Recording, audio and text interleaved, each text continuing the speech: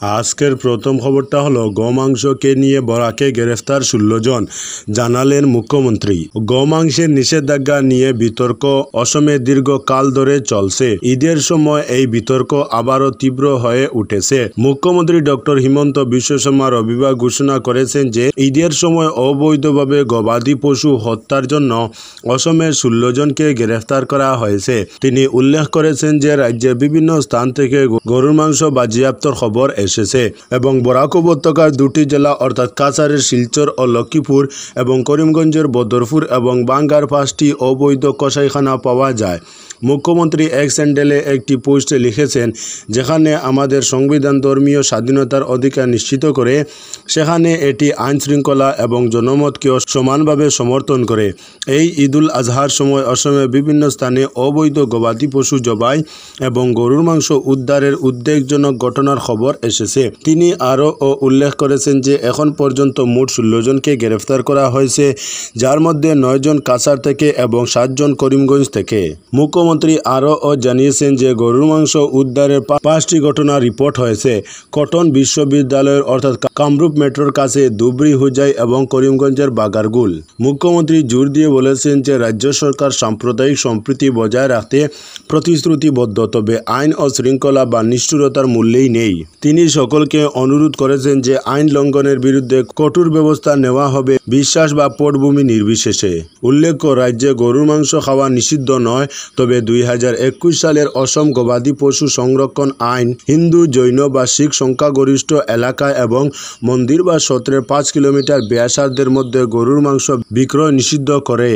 আজকের পরবর্তী খবরটি হলো শোলগইয়ে বিলে মাছ ধরতে জলে ডুবে মৃত্যু যুবকের। প্রাকৃতিক দুর্যোগের রেশ এখনও কাটেনি, তারই মাঝে ঘটে গেল এক অঘটন। মাছ ধরতে গিয়ে প্রাণ হারালেন এক দিনমজুর। মর্মান্তিক ঘটনাটি ঘটেছে রবিবার সকালে পাতারখান্দির শোলগইয়ে।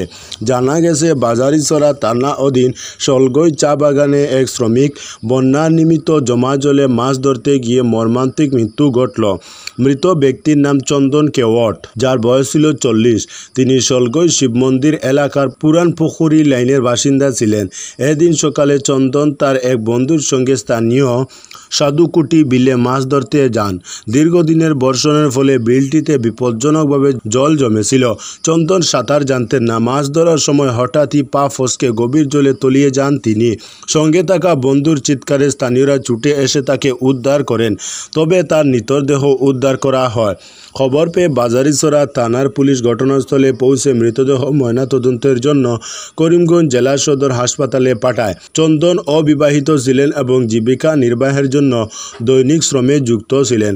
তার অকাল মৃত্যুতে পরিবারটি এক প্রকার নিঃস্ব হয়ে পড়েছে। এই ঘটনায় এলাকায় গভীর শোকের ছায়া নেমে এসেছে।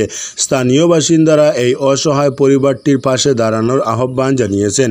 একই সঙ্গে তারা সরকারের পক্ষ থেকে যথাযথ আর্থিক সহায়তা ও ক্ষতিপূরণ প্রদানের জন্য সাব ডিভিশনাল অফিসার অর্থাৎ এসডিও, ডেপুটি কমিশনার অর্থাৎ ডিসি এবং স্থানীয় বিধায়ক তথা মন্ত্রী কৃষ্ণেন্দু পালের হস্তক্ষেপ কামনা করেছেন। আজকের পরবর্তী খবরটি হলো গৌরবের টিমে বরাক থেকে একমাত্র পাপন প্রদেশ কংগ্রেসের পর্যবেক্ষক সদস্য মনোনীত। গঠন করা হলো টিম গৌরব গগৈ।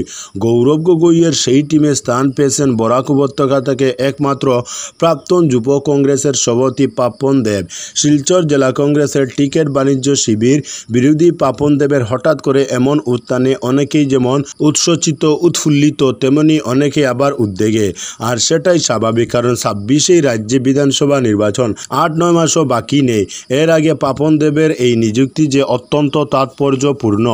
দুদিন আগেই রাজ্যে পঞ্চায়েত নির্বাচনের নানা অভিযোগ নিয়ে তদন্ত রিপোর্ট জমা দিয়েছে প্রদেশ কংগ্রেসের উচ্চস্তরীয় কমিটি। সেখানে যেসব জেলা কংগ্রেস সভাপতির নাম উঠে এসেছে সেই তালিকায় রয়েছে কাছাড় জেলার। এমন প্রেক্ষাপটে দলের পর্যবেক্ষক সমিতি ঘোষণা করেছে প্রদেশ কংগ্রেস। আপাত দৃষ্টিতে প্রদেশ কংগ্রেসের 78 সদস্যের পর্যবেক্ষক সমিতির তালিকায় বিপুল গগৈর স্বাক্ষর থাকলেও এই তালিকা প্রস্তুতে প্রদেশ কংগ্রেসের সদ্য নিযুক্ত সভাপতি গৌরব গগৈয়ের নির্দেশ অক্ষরে অক্ষরে পালন হয়েছে তা বলার অপেক্ষা রাখে না।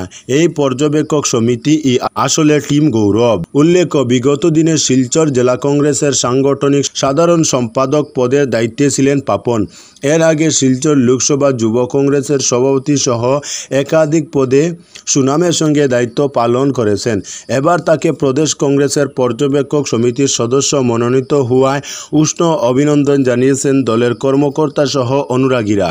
আজকের পরবর্তী খবরটি হলো যুবকের উপর প্রাণঘাতী হামলা, গুরুতর আহত। প্রাণঘাতী হামলার শিকার হয়ে মৃত্যুর সঙ্গে পাঞ্জা লড়ছেন এক যুবক। সামান্য কথা কাটাকাটির পর সুমিত গোয়ালার বাড়িতে গিয়ে দলবল নিয়ে ভয়ঙ্কর হামলা চালালো পাপন গোয়ালা নামে আরেক যুবক। ঘটনাটি ঘটেছে 4 জুন বুধবার বিকেল 4টা নাগাদ বিলাইপুর নকশাটিল্লা বরমতানে। সুমিত গোয়ালার পরিবারের লোকেরা জানান, ধারালো অস্ত্র দিয়ে বাড়িতে একা পেয়ে দুষ্কৃতিকারী তার মাথায় আঘাত করলে সুমিত মাটিতে লুটিয়ে পড়ে। সঙ্গে সঙ্গে তাকে শিলচর মেডিকেল কলেজে নিয়ে আসা হয়। তার অবস্থা সঙ্গীন।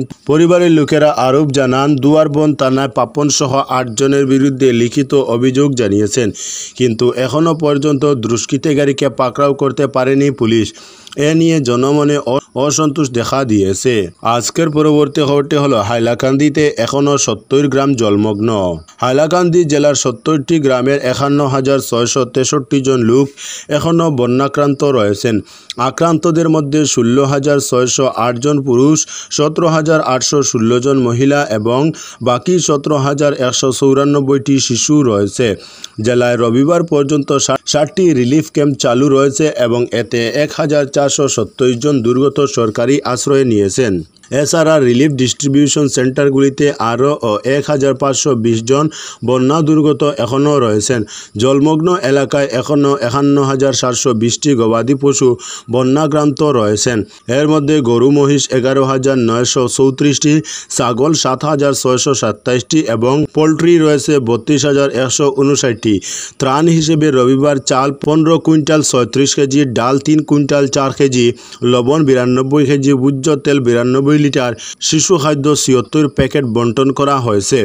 সাম্প্রতিক বন্যায় জেলার 102টি শিক্ষা প্রতিষ্ঠান ক্ষতিগ্রস্ত হয়েছে।